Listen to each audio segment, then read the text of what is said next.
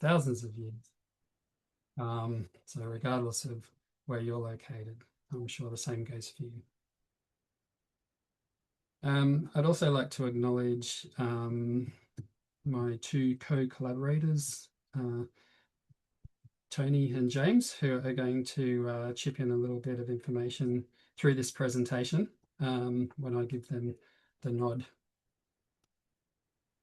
Okay, so I think we can all agree that skate parks are youth-based leisure areas where there's a assumed, well, there's an assumption that the space is going to be used for primarily skateboarding or other wheeled activities. But as you can see by this picture alone, we can see someone riding a BMX, we can see someone skateboarding, we can see some young girls hanging out, we can see some art happening. So I think it's fairly clear that skate parks aren't just for skateboarding alone, just from this very picture. When we look even closer, we can see that there's a lot more going on at these spaces. So in Australia and at lots of overseas venues, skateboarding is treated as a sporting activity, which can sometimes set up issues around how they're located and how they're managed. So I guess my Doctor of Creative Arts project was focused on how appropriate it was for skate parks to be treated as a sport and sporting venue, which doesn't really pay due regard to the culture that underpins the activity. So starting my DCA, so DCA stands for a Doctor of Creative Arts. It's kind of like a PhD, it's still a doctorate, but because I was a photographer going into it, one of the main outputs for me was photography. So that marked it as a Doctor of Creative Arts as opposed to a traditional PhD. But starting my DCA, I started out by comparing two skate parks, one in Bar Beach in Newcastle and the other in Katoomba, which was called Goldsmiths. And the word Goldsmiths comes because it's at the end of Goldsmiths Place, which is the name of the street. I had a deep relationship with both of these locations. I've lived in both cities and towns, and both areas have similar demographics, but Bar Beach was being used in ways that Goldsmiths certainly wasn't. It's not to say that either one was better than the other, they were just vastly different experiences. So taking Goldsmiths into account, you know, the skate park had issues, I thought, not necessarily for my own experience. You know, as a middle-aged skater, I've always felt quite comfortable there, but my daughter, who was a teenager at the time, never felt comfortable in the space. You know, one of the main issues was its location. To get there, you had to pass a rowdy pub, then a vacant lot, and then under the bridge, and then it was located at the end of the cul-de-sac. And you can see the main Western Railway line on the left-hand side and the highway on the right-hand side. So very low visibility. You know, both of my kids were actively skateboarding at the time, and anyone in my family except for myself would choose not to take my kids to this space because they didn't feel safe. Some more images of Katoomba. Around the same time, I was invited to be on a steering committee for a new skate park development in Katoomba. Interestingly, Goldsmiths was always built as a temporary site, but as is often the case, once a temporary site was built, then it became, oh, well, it's good enough. We don't need to build the main skate park anymore. But about 10 years down the track, they decided to build a new skate park, created the steering committee, which I became part of. The amount of unpopular opinion about the skate park was quite overwhelming, and it was new to me. And because I was looking at Bar Beach at the same time, I looked at some of the historical opinion which came around when that was going through the council for approval. So there was this whole community group called Save Empire Park Committee, which were a collection of local residents who came together to, I guess, protest against the park.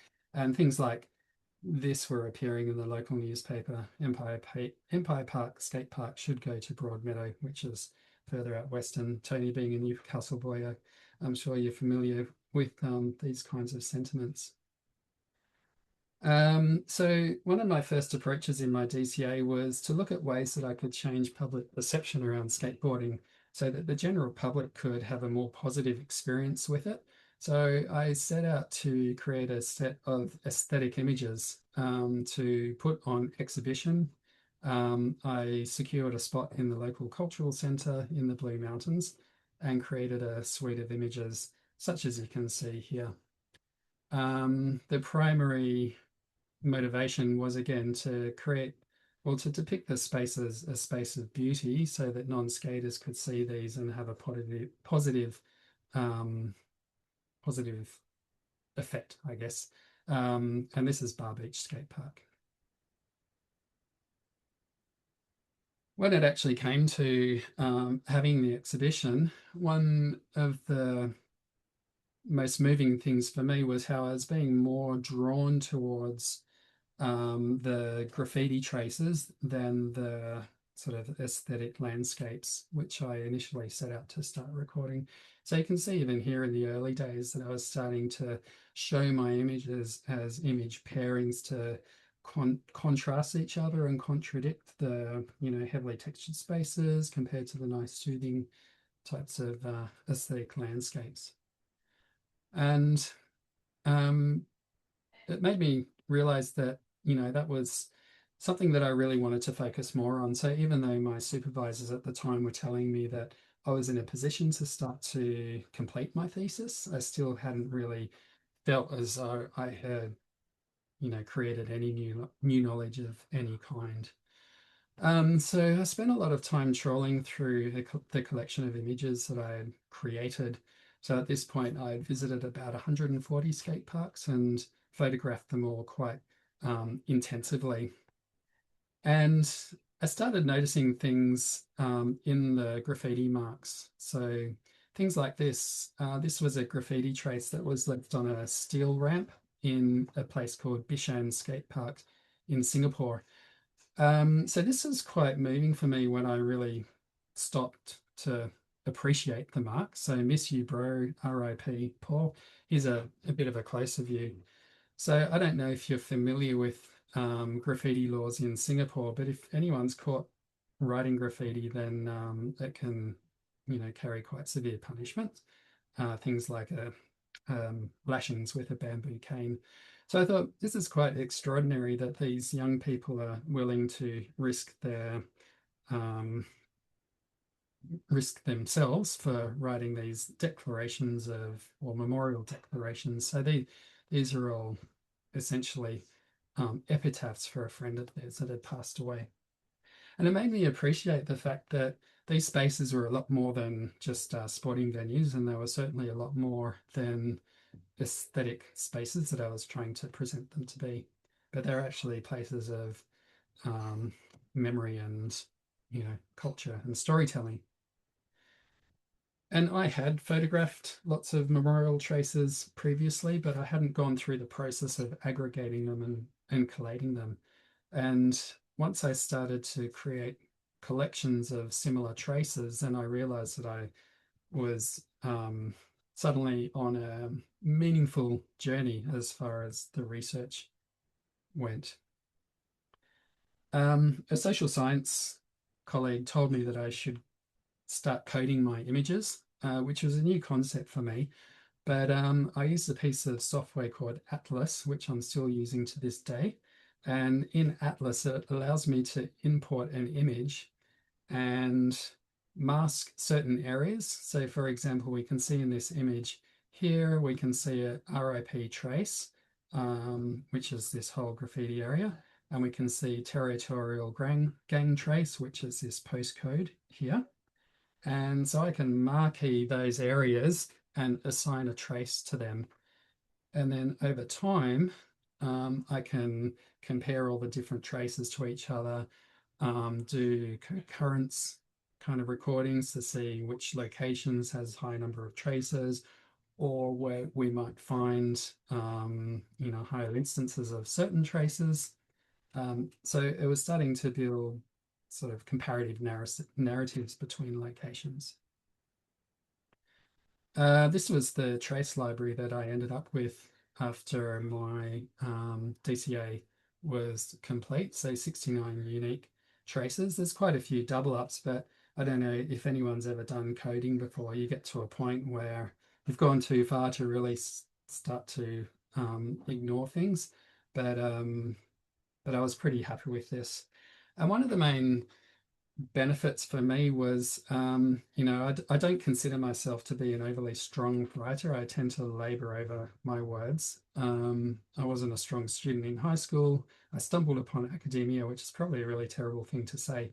But once I had my code library to work with, then it suddenly gave me a structure to work to.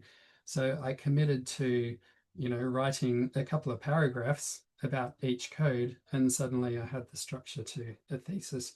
Whereas previously, when I was just writing about skateboarding as an umbrella term, it was too large and a little bit undigestible. So we can see here that this was my bit of writing about the drug trace. And here's a little bit of writing about my RIP traces. Here's a little bit of writing about my direction trace. So it was a really useful approach for me. Now, one of the key outcomes from my DCA was to recognize the fact that skateboarding is found in found space. And this is to borrow words from Ian Borden, who is one of the preeminent skateboarding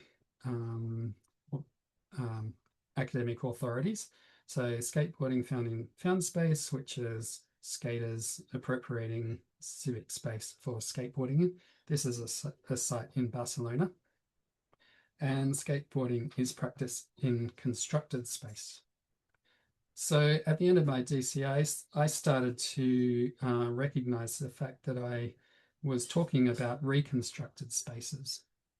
So in my mind, this is where skateboarders transform the skate park to serve their own purposes and almost to stamp a sense of ownership over the space. So this is a skate park in a place called Mile End in London. And we can see that there are a few different traces here that were also codes for me. So for example, adaptations was a code where skaters have introduced a witch's hat as an obstacle to ollie over, or a homemade ramp, in addition to the concrete. We can also see lots of graffiti traces as well. And from memory, along the wall back here, there are a few discarded skateboards, which was also a trace. So in every image that I took, it was a matter of doing some detective work and also archaeological work to discover what traces I might find in the space. And that was actually one of the drawbacks and limitations to my DCA when I first set out on this journey, because I started out by photographing spaces to try to capture a beauty in them without much regard for the nuances and the detail. In my early shots, like places like in Europe, for example, I wasn't seeking out traces, so I'd have to glean the traces from whatever I had to work with. So I found that my trace library, even though I covered about 140 sites in the end, my trace library was quite a bit smaller than what I recently produced in my more constrained study. And this is just another one of my turning points in my research where I became to appreciate skate park locations. And this is harping back on what I talked about before, where skate parks are often located on the edges of playing fields or on the outside of townships in Australia, at least. because they're developed as sporting spaces. And if we think about places like Ulladulla and Smiths Lake, both of which are really sort of quite hardcore surf towns, if we consider the roots of skateboarding coming from surfing, I think it's a crying shame that in places like Ulladulla and Smith Lakes, the skate parks aren't incorporated more into the tapestry of the urban environment of the surf town itself. So we can see in Ulladulla especially, there's lots of opportunities near the near the water here to potentially pop a skate park in. I don't see any real reason for it to exist outside of town the way it does. The first time I went there, the access road was actually dirt, so kids couldn't even skate there under their own steam.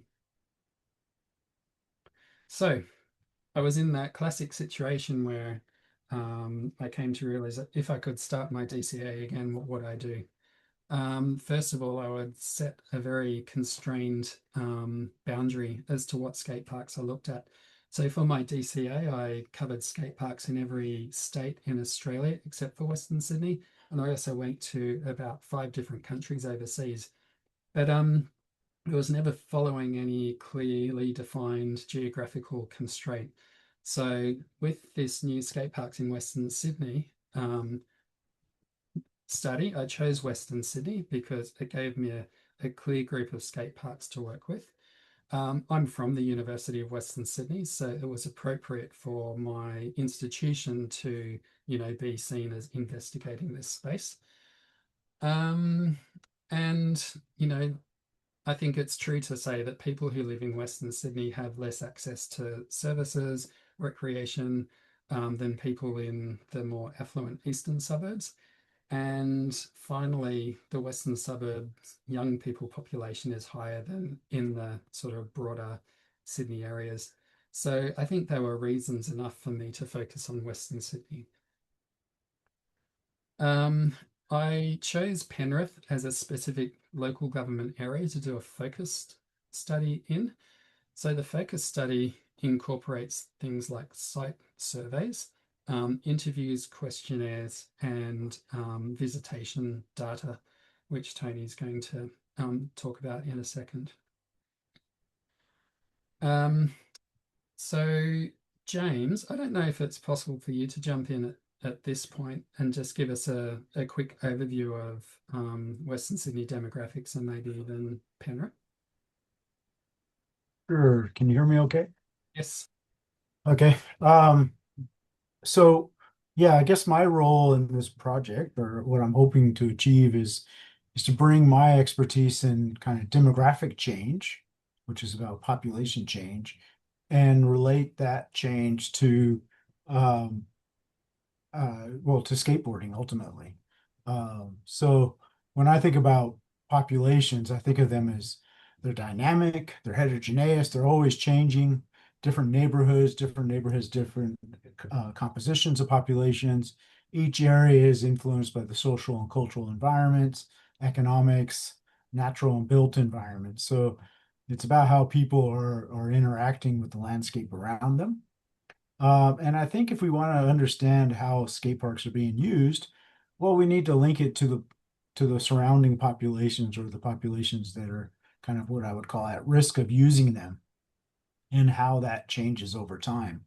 Now, it's not just population. Of course, there are other things that affect usage, and that's, things like accessibility and geographic location, which is what Dan has talked about, but also, individual characteristics, capabilities, aspirations, and so forth, community attitudes, and so on. So, in thinking about Australia generally, I mean, Australia's been a pretty rapidly growing population. Over time, it's still growing. People are living longer and healthier. We're seeing older people skateboarding. We're seeing more females skateboarding. At least I think we are. It'd be interesting to know if that's actually true from a statistical point of view.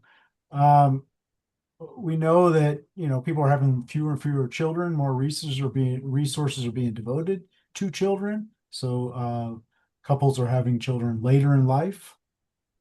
What does that mean for things like skateboarding? And we also have diverse populations due to high levels of immigration, diversity of immigration sources. 32% of the population in Australia is born overseas. And of course, that differs by geographic area. In terms of demographic profile, Penrith, I mean, Penrith is an area of about 200,000 people in New South Wales, which has 8 million people.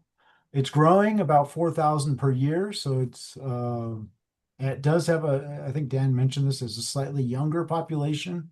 So 27% of the population is under the age of 20, compared to New South Wales, which is about 24%.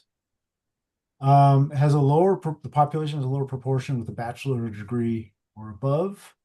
Uh, so only 17% of the population has obtains a bachelor degree, whereas it's nearly 30% for New South Wales as a whole. It also has a lower percentage of the population born overseas.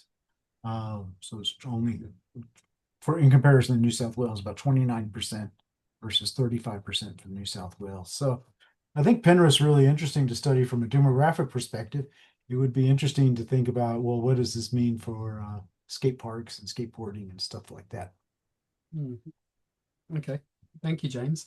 Another reason why I chose Penrith was that it had a broad range of communities that experience advantage and disadvantage. So you can see from this Australian Bureau of Statistic map, we can see Glenmore Park, which is considered to be an area of advantage compared to Lethbridge Park, which is an area of disadvantage, and every colour in between. So in terms of a study area, it has a broad spectrum of, people's living experiences within the LGA.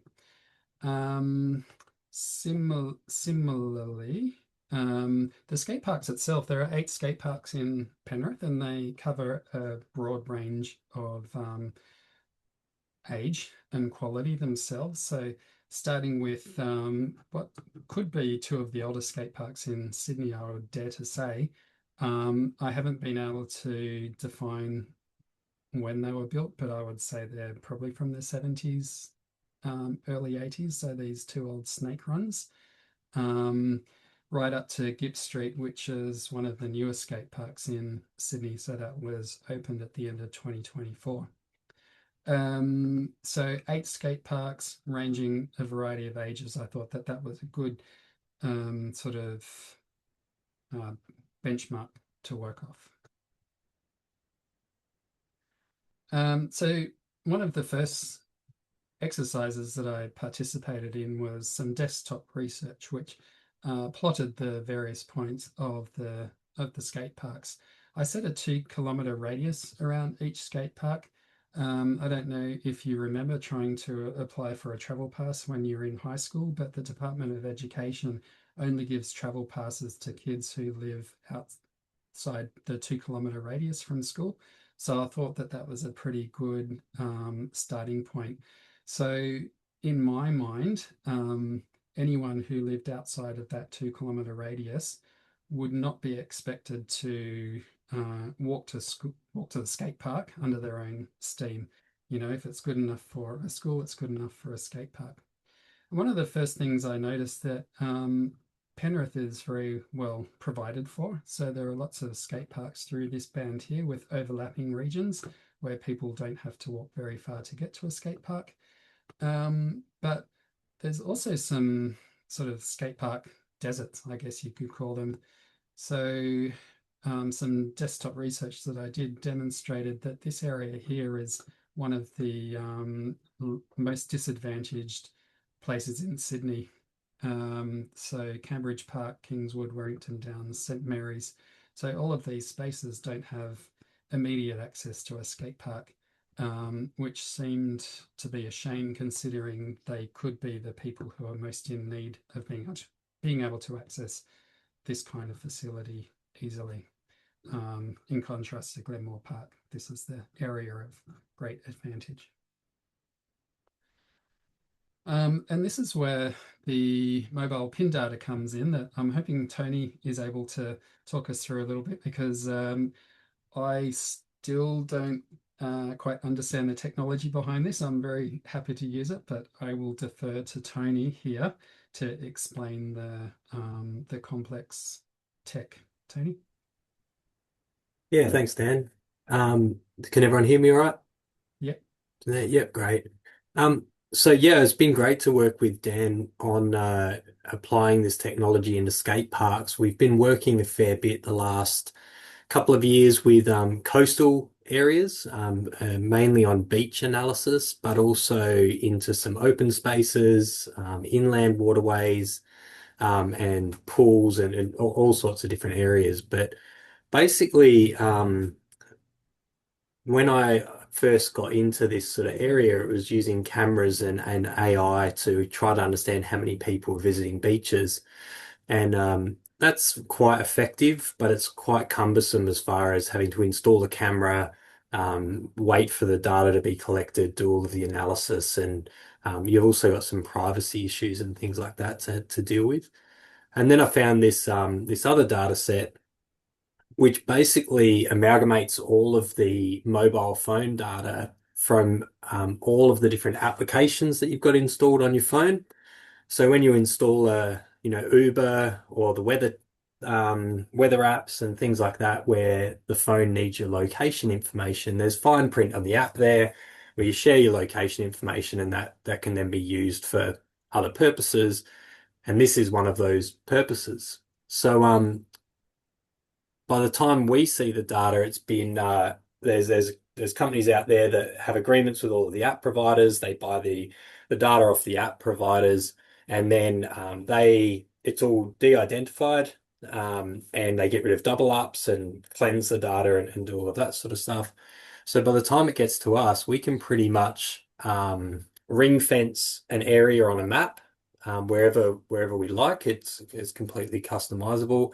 So in this case, we were deciding, how much of the area around the skate park do we want to collect? Do we want to sort of go into the car park, or do we want to go into the shaded area near the skate park, or are we just going to stick on the skate park? Obviously, one of the challenges there is that people might not have their phone with them while they're skating, might be in their bag next to it. But you can define that really accurately and then download the data for the last couple of years for that area. It's a sample of the population, so it's not everyone's got their phone on them, not everyone's running one of the participating apps, but there are thousands of participating apps, and we get millions of data points every day across Australia. So what you're seeing here on Dan's screen is a summary of a couple of the skate parks that we analysed, and just looking very simply at the high level numbers, you can see which of the skate parks are the busiest, which ones are quieter. But perhaps if I share my screen really quickly, Dan, I'll just show a couple of the maps. Let's share.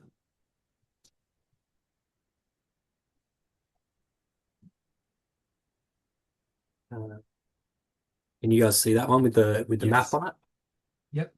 Yep, great. So this is one of the skate parks we looked at, and this is the data that we got. So you can see the blue fence there, like the blue line that we put around the park, where we made sure that we got some of the shaded area near the park.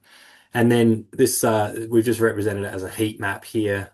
So you can see the hot spots where people are visiting next to the park there. So that's probably the shaded area, and down to the side here. If we zoom out to one of the other parks, come in here, you can see it's nice there. Sort of the heat map changes a bit as you go, but you can see the hot spot towards the south there. So you can get a bit of an idea of how people are moving a lot around the space. And I don't actually have I didn't save the dashboard that I quickly created for the skate park stuff, but if I show but what we can look at now in this data is how that visitation changes from days of the week. So you can compare, which days are your busiest days, which months are your busiest months.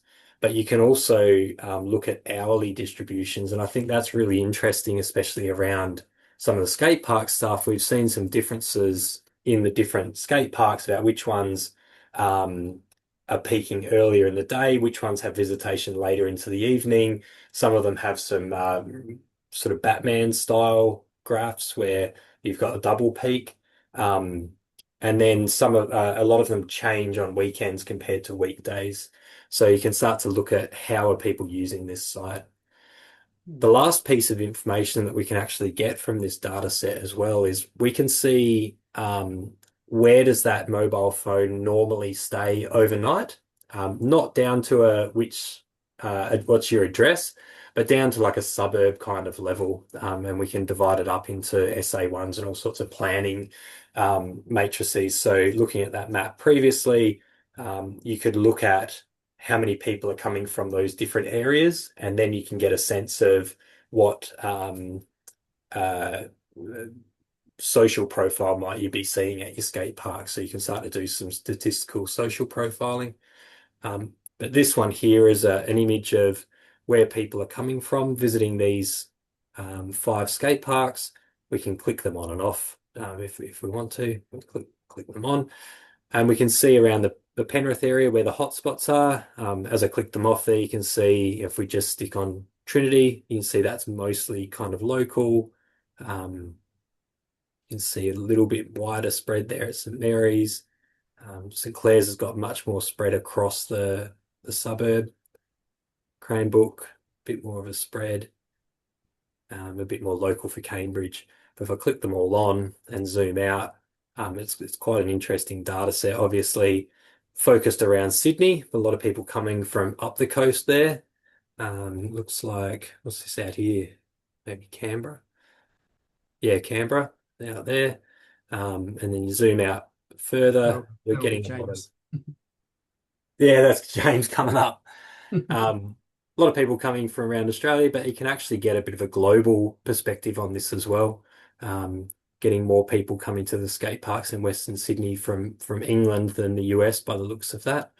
Um, there are some limitations there. If people are bringing their phone from home and using it on global roaming, this will show their home location. If they're picking up a local phone while they're here, say they're backpacking and they're just using a local burner phone, it will reflect wherever they're, generally staying overnight while they're here, so it'll show them as local. So it's certainly not a silver bullet tells you absolutely everything you need to know, but it's such a great data set for being able to get data-based insights on how your areas are being used, where the people are coming from, and then you can interpret some information about who those people might be, what sort of background they might have, what languages they might speak, what socioeconomic group they might come from. So you can start to get some really great insights on your locations. And the best thing is that it's data that's already been collected. One of the big challenges with these sorts of research projects is that you set up a sensor to do some counting, and then you've got to wait a year, 2 years for the data to be collected before you can assess it. Because this is using people's mobile phones, it's already been collected. It's an opt-in process because everyone signing up to their app has already opted in. So from an ethics point of view, the people providing this data have opted in. It's all completely anonymized, and it's available. So I've been loving using this data on a whole bunch of different projects, but this one's been pretty good too. So great data set, and hopefully it'll help inform some more research around skate parks. Well, thanks so much. If you stop sharing your screen, I'll jump back to mine. Yep. How do I stop sharing? You should be able to just take over, Okay, actually. just There we over. go. Yeah. Okay. So this, as Tony said, this graph is showing a basic visitation count. So we can see Glenmore Skate Park is the highest frequented, Trinity Drive is the lowest frequented. And these are just some screen grabs of what Tony was just walking you through. But some things that I noticed when I first saw these, Glenmore Park this is quite well, not isolated. It's a very clearly defined housing community, like what would you call it? Not a housing community, what James, what are they called? It's a housing development. It was, built in the late 90s, I guess, early 2000s. So it's very well established, but there's only one road in and one road out. It's very modern. To me, this appears as though people who skate at Glenmore Park mostly come from the Glenmore Park area. It's a very highly concentrated, um, user heat map, I think, compared to Jamison, which is a little bit more spread out.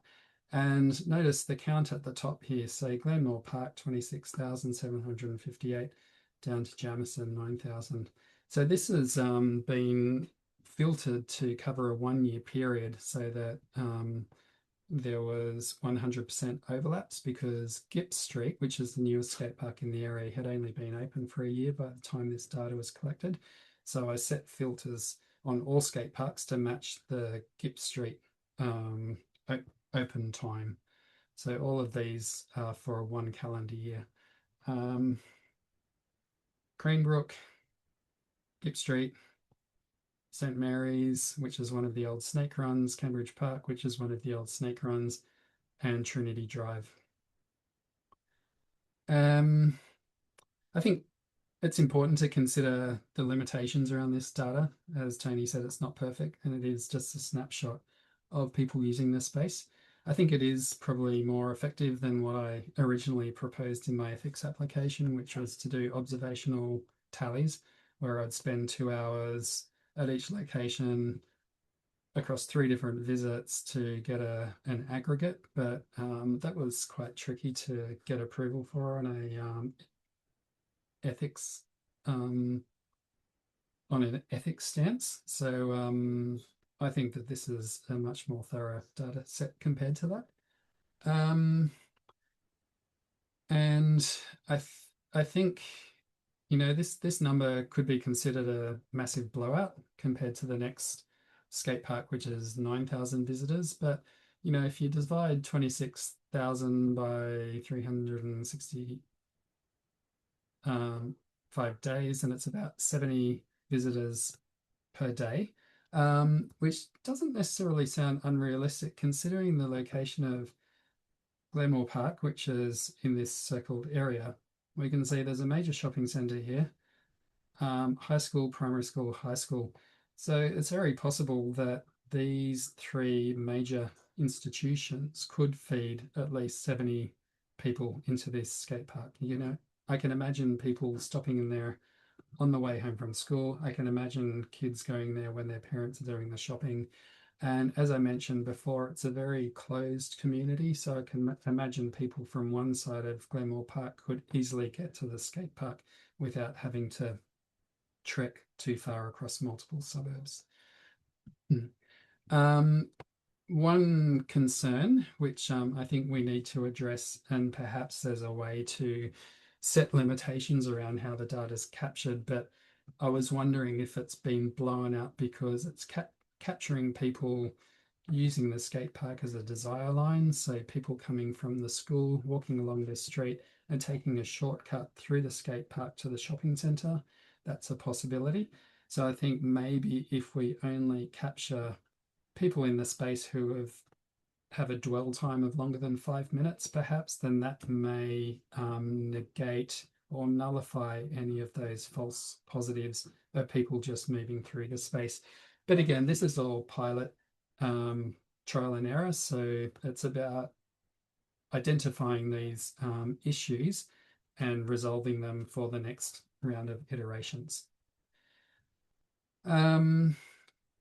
And finally, I'm looking at all school locations in the area. So these are all 53 schools in Penrith LGA. I never knew until I started this project that there were so many schools in Penrith. But you can clearly see which schools have great access to skate parks or which skate parks have lots of schools within their 2 kilometre catchment zone. it's interesting to see correlations. Again, this is all very new to me, so I'm quite naive with how I'm interpreting this data.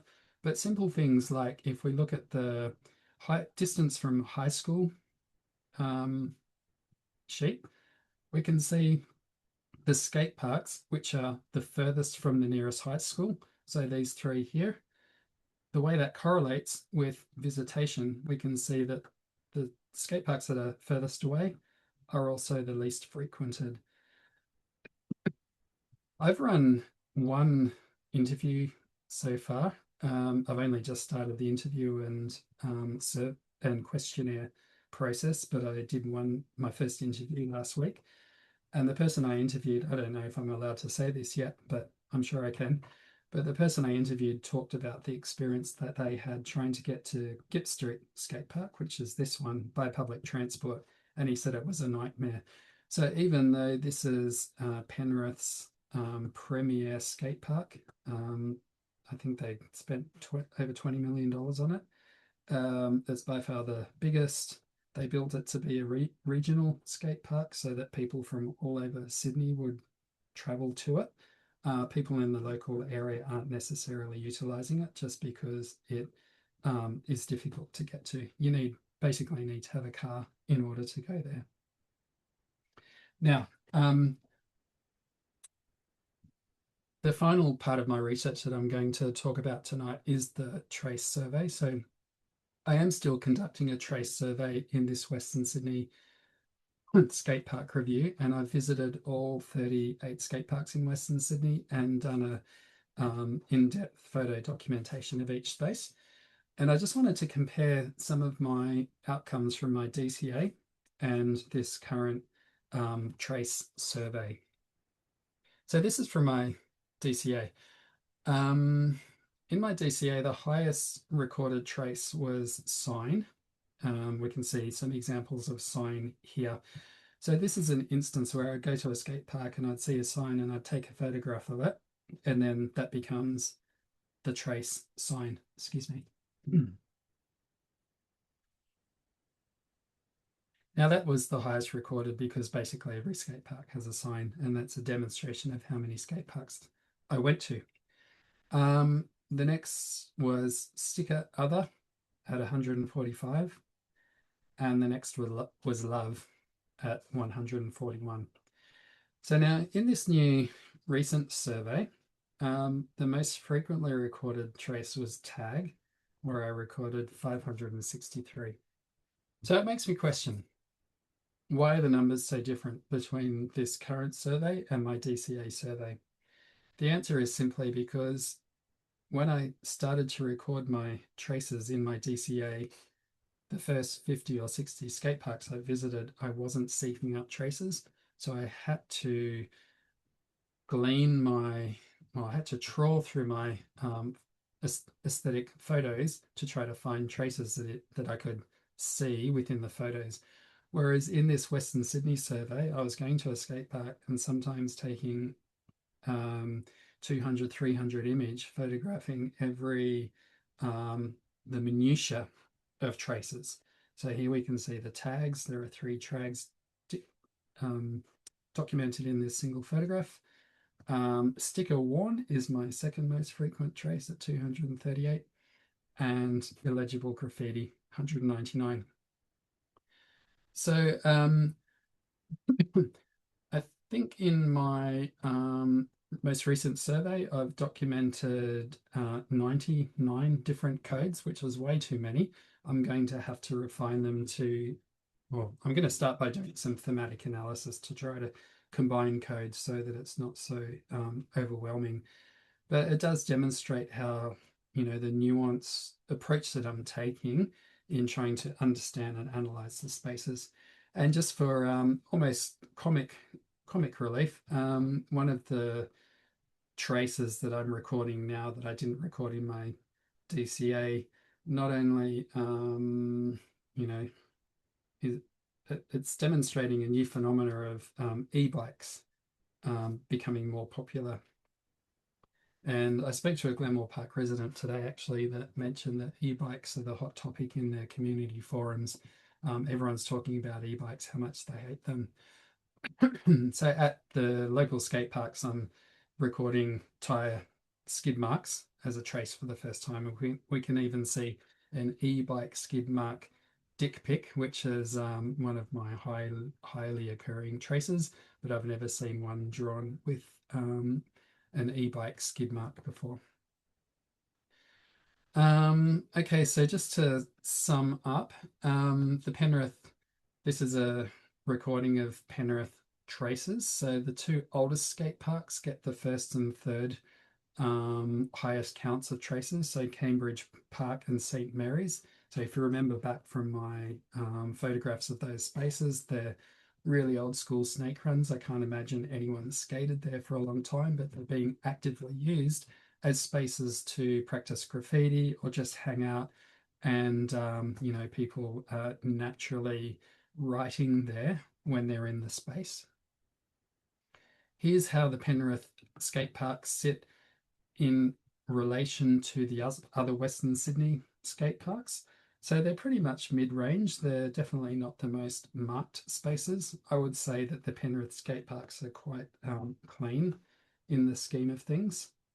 But generally speaking, as a whole, all of Western Sydney skate parks, from what I'm recording, are quite clean compared to skate parks in the Blue Mountains, for example. So that has a lot to say with the way that local councils treat graffiti, whether they have some kind of cover up or removal policy. But that will come in future research. This is a demonstration of the hourly visitation trends, as Tony was talking about before.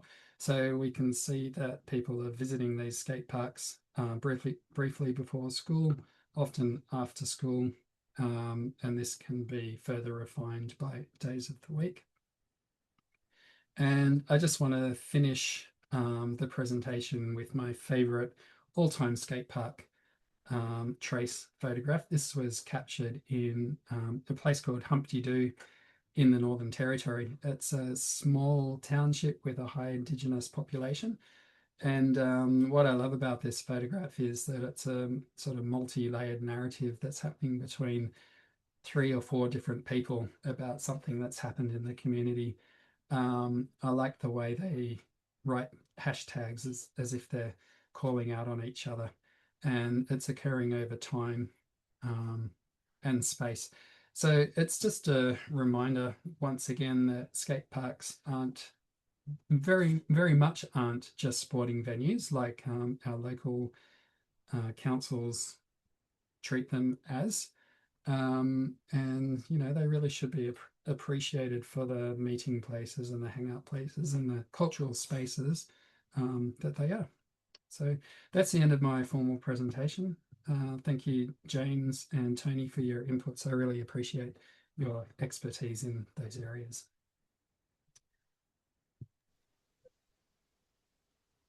Okay, can you hear me and see me? Yes, yeah, I can Okay, see cool. and hear you. Do you want me to keep the slide deck open or close it down? I think, Oh, sorry, Ben. I think oh, just for a moment, would it be good if you just went back to the columns of the way that you coded the skate park from your photographic images? I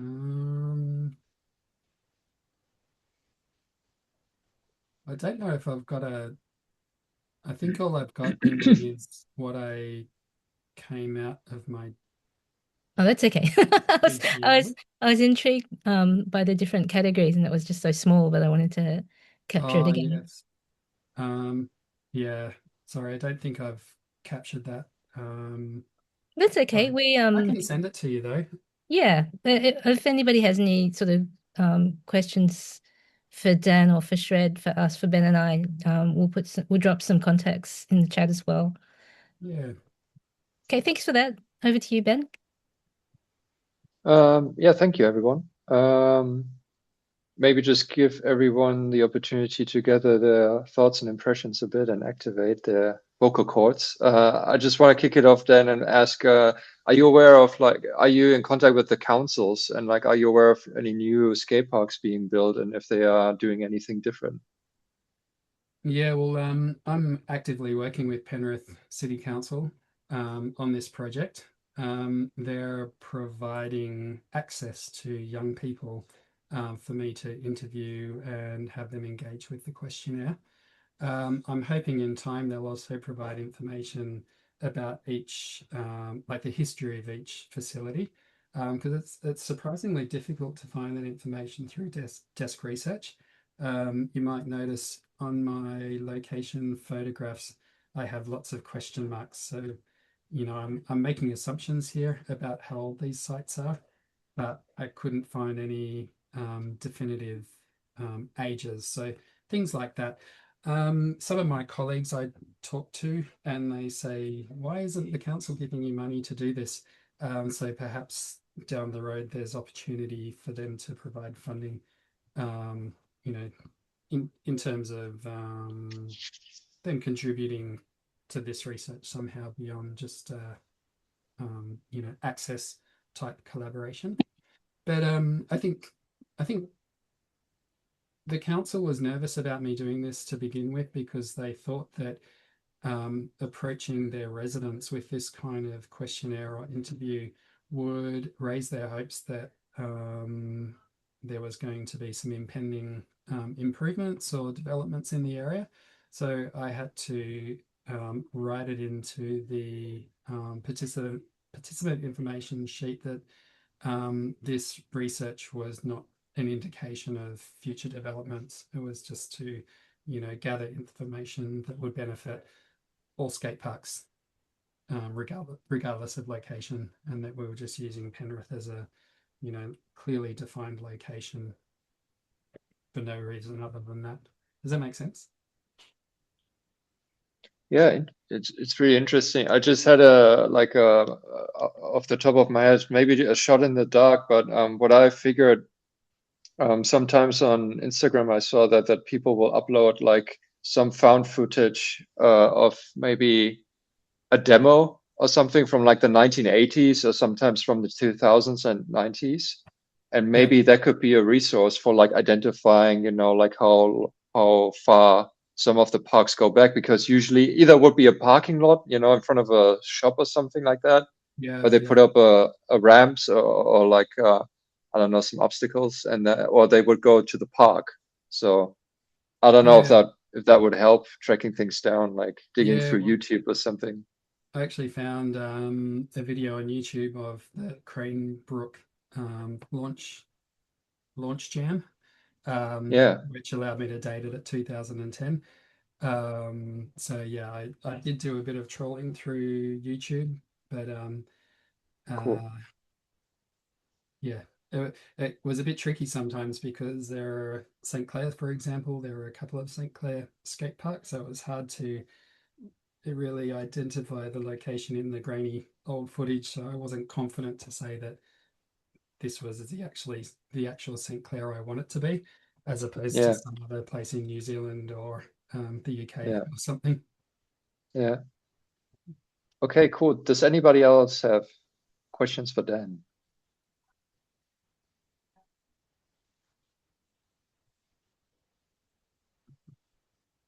I'm just trying to work out how to put my hand up, and I'm really failing on my Zoom.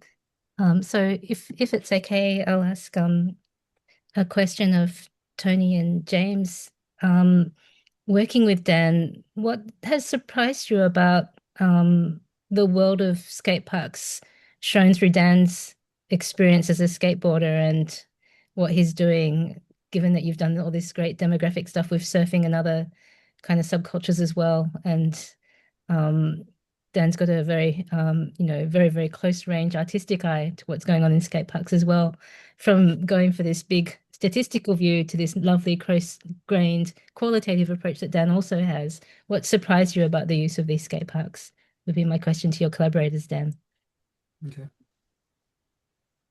Well, I would say just kind of the wider messages of skate parks, the graffiti, the messages being left, and similarities between them. I never really thought about skate parks in that way.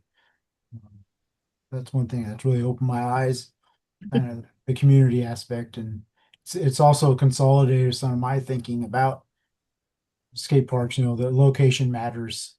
That putting skate parks in a sports field is, you know, so it's easy to do, relatively speaking, from a political perspective, but may not be the best location from a skateboarder perspective.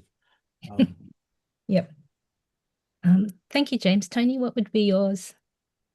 Yeah, I really enjoyed that presentation actually because we haven't spent a lot of time investigating the skate parks together. I've been sort of providing some data to try and inform some future studies for Dan. But seeing one thing that really piqued my attention was when you talked about the three locations that are furthest away from public transport and that was matching with the visitation data. I was like, oh, that's pretty cool. That's because we see it in this area, you know, a lot of hearsay and anecdotal evidence, but being able to see some of that playing out in the actual data is great. And you know, if we can start to inform some decision making around where to put skate parks or perhaps where to um, add especially if you've invested $20 million to update a skate park, but people aren't actually able to get there, and you're saying it's a regional asset. Well, we can see now exactly how regional it is. So yeah, I can see some areas to where we can help support it, but it's great to see some of that playing out, and also really enjoying, you know, that idea that it's not necessarily a sports venue, that it's more of a community hub. And I know my kids have been doing a little bit of skating; they're not big skateboarders, um, but yeah, they definitely hang out there and talk to the other kids, and you know, it's not just there to do a sport. They're there to hang out and socialize. And one of our favorite ones, Dan, is Newcastle Beach Skate Mm. Park, and that's right on the beach, so you can literally be skating and watching the surfing. And kids will often have a surfboard on the sand and a skateboard in their Mm. bag, and yeah, that integration piece you talked about, that's a really good example of it being like basically a surf skate park all in one spot. Mm. Yeah, Thank exactly. you. And I think Newcastle Beach, the new skate park there, is a really great example of a great location. Um, you know, there are probably things about that location that isn't great. Like I know that it gets a bit of sand in it and it gets quite slippery because of ocean spray and stuff. But I think those kinds of trade-offs are worth it when the alternative might be somewhere like Broadmeadow. And nothing against Broadmeadow, but it's certainly not Newcastle Beach. I've got another question if I can just pop one in for you, Dan, Mm. following the insights from James and Tony, is that given I think in some ways Tony sort of gave an indication of how the statistics and the technology that you're using can really be a powerful tool for advocacy.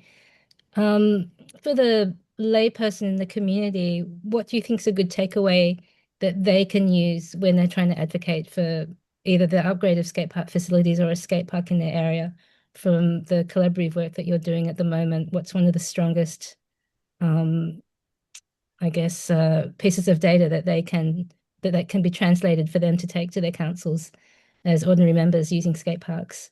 And I Mm. think one of them that was so compelling to me was the amount of distance between some of the skate parks and everything else. That to me looked great, those sorts of the mapping of that. But I was wondering for your perspective, Dan, what's one of the more powerful ones for you? Yeah, well, I think just creating ways to make skateboarding accessible to the layperson, I guess, um, and make it interesting.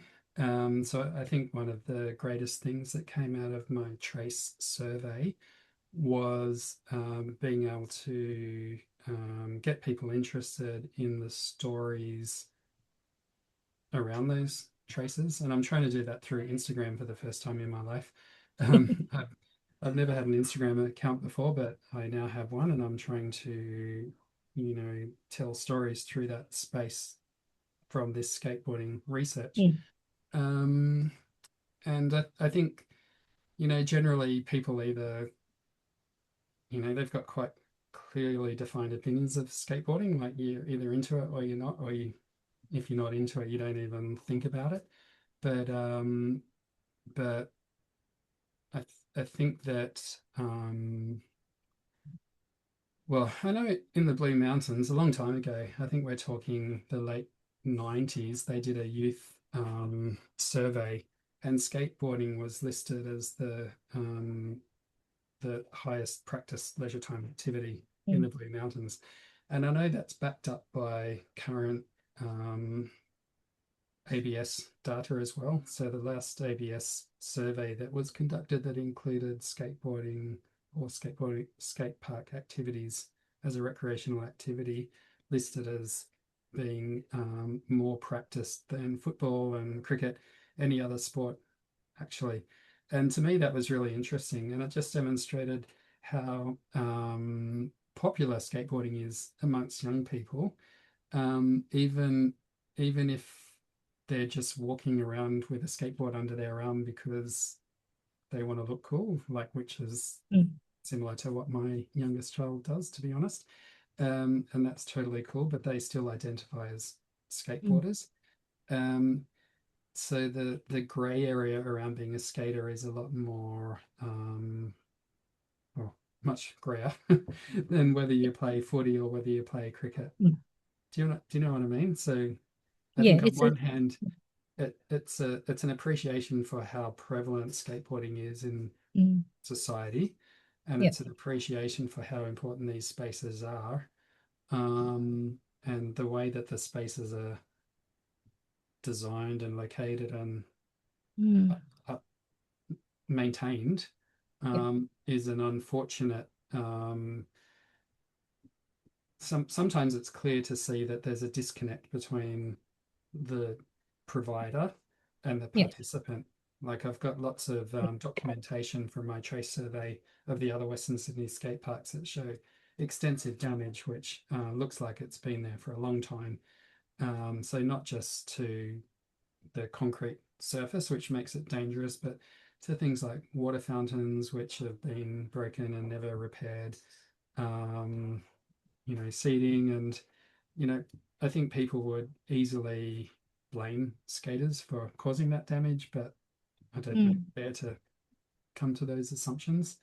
But yeah, they're just a funny contested space that I think is really intriguing. And I love them because I'm a skater, but I also love them because I'm a researcher and I find them really interesting. Thank you. I wanted to see if Yi Yin's still there, and maybe if there's a cross-cultural kind Yeah, of here. interpretation. I would love to hear your thoughts on the talk, Yi Yin. Yeah, well, first, thank you, Dan, for your excellent talk. It's really inspirational. It's second time I listened to your talk. Oh, So really? previously there was another lecture organized by Indy, and I was there, and Okay. you shared, yeah, about this really interesting graffitis on the surface of the skate parks. Actually, I've been doing similar similar work, just investigating the skate parks in Chinese cities. And as you know, a lot of cities, the city I currently reside in, Hangzhou, we have lots of skate parks. Okay. And from what you just shared, I just think it's um, actually, I had a bit of surprise and envy because I just did a just a week ago, I just investigated all the skate parks in Hangzhou, and I found actually a few of them are already deserted, like Oh, nobody wow. using them, and the surface of the skate park is already getting scratched, so it and dented. Okay. And the other thing is, there were not so much graffitis or this kind of expression on them yet. So perhaps Mm. it's quite new skate parks or people built them. But I wonder if young people or if just skateboarders occasionally use them, so there were not so much traces left on these walls of the skate parks. So that is something I envy, and I found it so interesting that you collected so many. And I have a question, which is for the tags that you use, right? Because and you also shared some of the photos where you kind of where you tag them for a certain topic, and Yes. that's how you use the Atlas for. And I just don't know how you define it in a way that is scientific. Like people would say, "Oh, okay, that's not your way of define it," and we all agree that's that. I think you tag several like drug, right? And Yeah. love, right? Yes. I just think sometimes in academic research, we're always trying to define something, even though we define it, but we want everyone to agree that is, unanimously we agree that is the category, right? So Yeah. I wonder how you decide the tags and how you kind of validate yourself in your own analysis, like, okay, this stands and this is the most authoritative way of define it. Yeah, so Mhm. that's my question. Okay. Um, I don't know if I can answer that, but um, I can describe the process that I go through is if I am looking at some photographs and I see something which is occurring once at one location and then again at another location, Mm-hmm. then I record that as being a like a phenomena that Mm, mm, that that's not a coincidence. So I create a tag which makes sense and is useful or easy to follow. There's no scientific basis behind it other than me trying to just wrangle the the data. Um, and I think in time, when I have the opportunity to work with more people, I'm looking mm, forward to constructing a more cohesive code list and mm, creating themes and combining codes so that it's not so large and extensive, because at the moment it's verging on being unmeaningful because it is so large. But I think it's a yeah. practice worth going through because it is demonstrating the space being used for an alternative purpose other than skateboarding, and it's demonstrating how many times it's being used for that purpose, just through the very nature of someone leaving a mark there. Mm, Um, I went through an interesting exercise last year where I was able to employ one of my third year students as a research assistant, and I got him to document 5 skateparks in the inner west of Sydney. mm-hmm. And I asked him to create the codes himself, and then I went and photographed the same space and created my own codes, and then we did a cross comparison. So me being a 52-year-old person compared to him being a 21-year-old person, that comparison of what he first of all thought was worthwhile for photographing, and secondly how he coded it. We haven't disseminated all of the data yet. That's still to come, but it wasn't a it wasn't a mirror image of each other by any means. So, for example, in a single location, I might have recorded 30 unique codes, whereas he might have only recorded 20 unique codes. So, I'm looking forward to seeing what the overlaps were and what the differences were, and things that he might understand through his youthful lens might I might interpret differently. So there's a generational understanding happening as well, and also a cultural understanding. I asked for his advice about a particular piece of graffiti that I found, and I tagged it as being a you know I can't remember what the code was, but it was a nonsensical word, but he Mm, recognized it as being meaningful within his islander context. So he was able mm, to understand that based on his cultural background.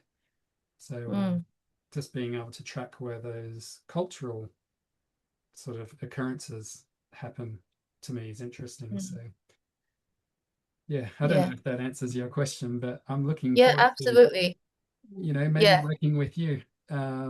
You can create some code based on your experience in China, and then we can compare to Australia, and then we can build a global code library. I've always been really interested to visit skate parks in India or Indonesia, where there's strong skateboarding culture, to see, what's more inherent. Is the Indian culture more part of the skate park, Mm. or is skateboarding culture more part of the skate park? Like, I think that would be a really interesting comparison. So I think that's a joint project that we could all work on Yeah. from a global perspective. Yeah, definitely. Yeah, let's see if I can contribute something to Yeah, that. yeah. Well, Yeah. I don't know if you know Tom Critchley, but I've spoken to him about this. So him operating in London, me in Sydney, maybe you in China. I think that would Yeah. be a really interesting cross comparison. Mm-hmm. Yeah, definitely. I think that would be very interesting. Yeah. Just one more thing. Can I just Indy said one more question? I will leave Yeah. that to another person.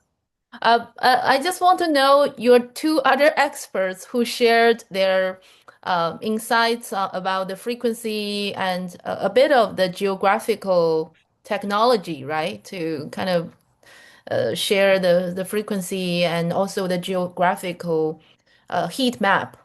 But they didn't give specific message or tools they use. I just wonder if they give me, because I'm also doing similar kind of I'm curious in this area, and I don't know who I can find in China to help me with this because I'm kind of like similar background, maybe like Dan. I need this kind of person to help me do similar analysis on these skate parks in China. Mm. So can they just, or can you Yeah, or let me know? yeah. The data is available globally. So we use a company called Azira, but I go Zero. through yeah, but as Azira, but they don't tend to do. They're more of a wholesaler. So Mm-hmm. I've got a guy in New Zealand that actually has the distribution rights for it, so he can geofence and download the information. So I'd love to Oh. try a couple of spots in China. So yeah, if you'd like to have a go, I've downloaded data in Australia, New Zealand, and the US. Um, Mm-hmm. but I haven't actually tried China yet. But it's all based on global apps, so to depend on how many Chinese apps they've got. But if you want to reach out, we can have a look at downloading some, or we can have a look and see if there are similar providers in Australia. Sorry, in China. Okay. Can you just type down that app's name, Azira? I'm Yeah. not sure if I can type it right, so I can search for it. The one that you mentioned. Zero, there you go. Oh, okay. I see. And Yeah. oh, okay. Yeah, thank you. Thank you. That would be very helpful. Yeah, thank you. Yeah, so as Um, a follow-up, it'd be really great. There we go. Just saying we could follow up some questions with James and with Tony and also with you, Dan. Just to also refer to your methodology, it's very innovative, and the work that I do with non-traditional skateboarders and women, sort of using a gender-sensitive lens on spatial relations and how skate parks can be more equitable, would be really great to sort of say, this technology exists as well. Like this is something that we can utilize and putting a gender lens on this as well. So yeah, Dan, what's next with your publishing and your when's your book and when is When's my book? Well, I think James and I are quite excited about the potential of this being a pilot project for something larger in the future. But I think there's enough fodder to work with in this study, not only to generate a report for council, which is one of my yeah. promised outcomes, Okay. but also to write up the innovative methodology, and to be able to demonstrate how it can be used not only in other locations with skate parks, but using the same technology for other purposes like playgrounds, or as Tony's using it for beach visitation in coastal areas and stuff like that. So I think Yeah, there's it's great really potential. I don't have anything specific to mention though. I'm sorry. it's really exciting. I refer to your ANU, the Canberra skate park work that you did, and it's Oh really yeah, valuable. So, and yeah. Thank just you.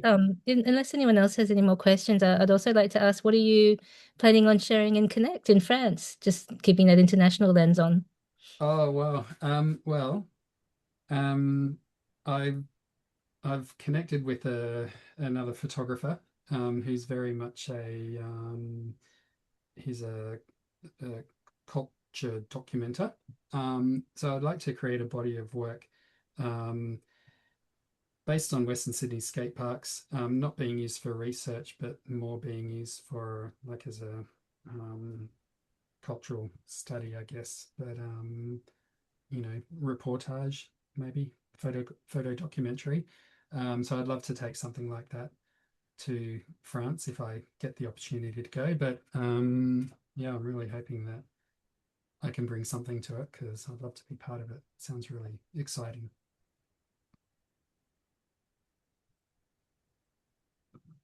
Yin, did you have any other question? I think I cut you off. Sorry Oh, about that. no, you didn't. Yeah, I already get what I want. So yeah, and I enjoyed. I was just seeing the messages. Yeah, keeping things down. Yeah, a lot of things to think about. Very helpful. Excellent. Well, I'm glad you enjoyed it. Thank you for coming. Thank you so much, Dan, Thank for you. the amazing talk.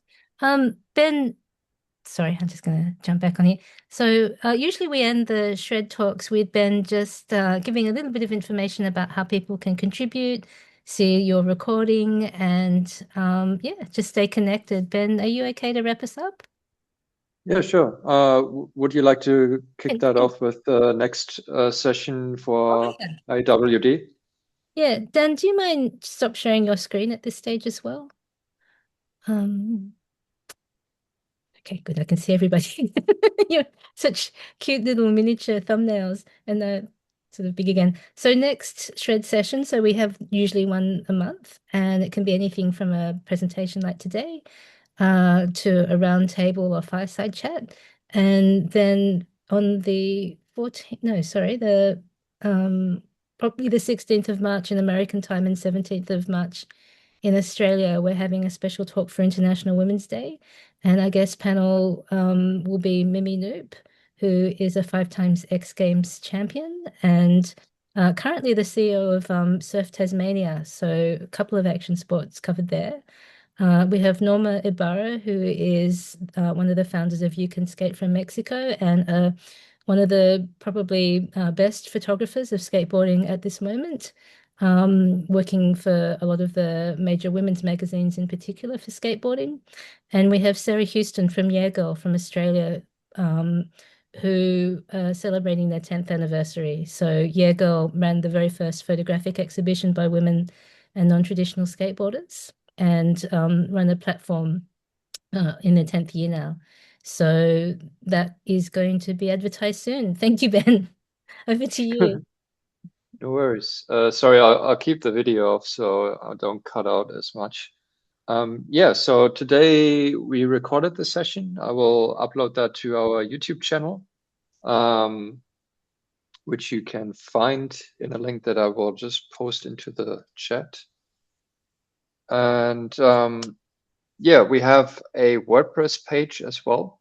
There you can stay updated. So I'm currently in Australia as well, and it's interesting to be back in Australia since the ban for young people on social media has been implemented.